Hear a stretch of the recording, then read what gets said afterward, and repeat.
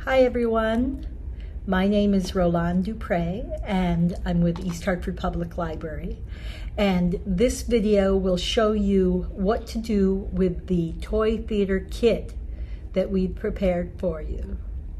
So welcome. Here are the kit materials. I just want to point out you have a glue stick here. You have the instructions on the back of this beautiful picture of a toy theater, and you have the actual toy theater frame that you will be folding to make your theater. You have some tabs. These are for the puppets. You have some of the cutouts that you can use if you wish with for the puppets, and you have backdrops, and these drawn backdrops are from an actual toy theater from the 19th century. And this one is a hand-drawn piece that I did, an underwater scene. So those are your materials for the toy theater. A toy theater is also called a paper theater. It's a form of miniature theater dating back to the early 19th century. Now, what you see with your big piece of white paper is the scoring folds and cuts that we did on our silhouette machine in the Makerspace. The dotted lines are the folds and the solid lines are the cuts. And the first thing I'm going to do is pop out that big square, which is a cut, but sometimes the silhouette machine didn't go all the way through the paper, so you have to kind of finesse it a little bit. That's what I'm doing. I'm trying to pop that square out.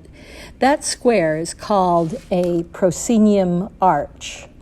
The proscenium is the frame or arch separating the stage from the auditorium. And it can be very elaborate. On the picture, you'll see how elaborate it can be. The carvings and drawings and paintings on the proscenium are fun to do. When you are decorating the toy theater, you can do all kinds of things. You can paste things on there, but you must do it before you fold. So have an idea in mind. I had an idea that I would include water in front of the proscenium because the story I want to illustrate has some water in it, some water scenes. So this is a traditional sort of proscenium, but it does have kind of a fairy tale look to it. When you're folding, there's one fold that goes all the way across the short side of the paper, and that's the important fold that gets that proscenium to stand up. And the cuts on these tabs are what really help to make that proscenium stand on its own. So what you're going to do is you're going to fold it in half and then turn those folds inside and glue them down. And you might want to also reinforce that with some other piece of cardboard or something, or tape. The glue sticks work fairly well, but if you want a better quality structure, you'll need to use some other kind of material. Gluing the two tabs down on the floor of the stage, I can structurally keep that proscenium straight up.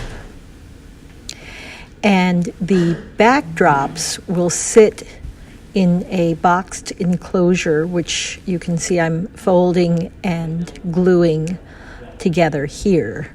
So those tabs go in and around to make that little open box and at the back of the theater. And glue sticks work well here too. The backdrops are cut to 10 inches wide, so they fit into this little box pretty snugly. If you wish to do other things, you can, but this is the basic. Toy theater or tabletop theater.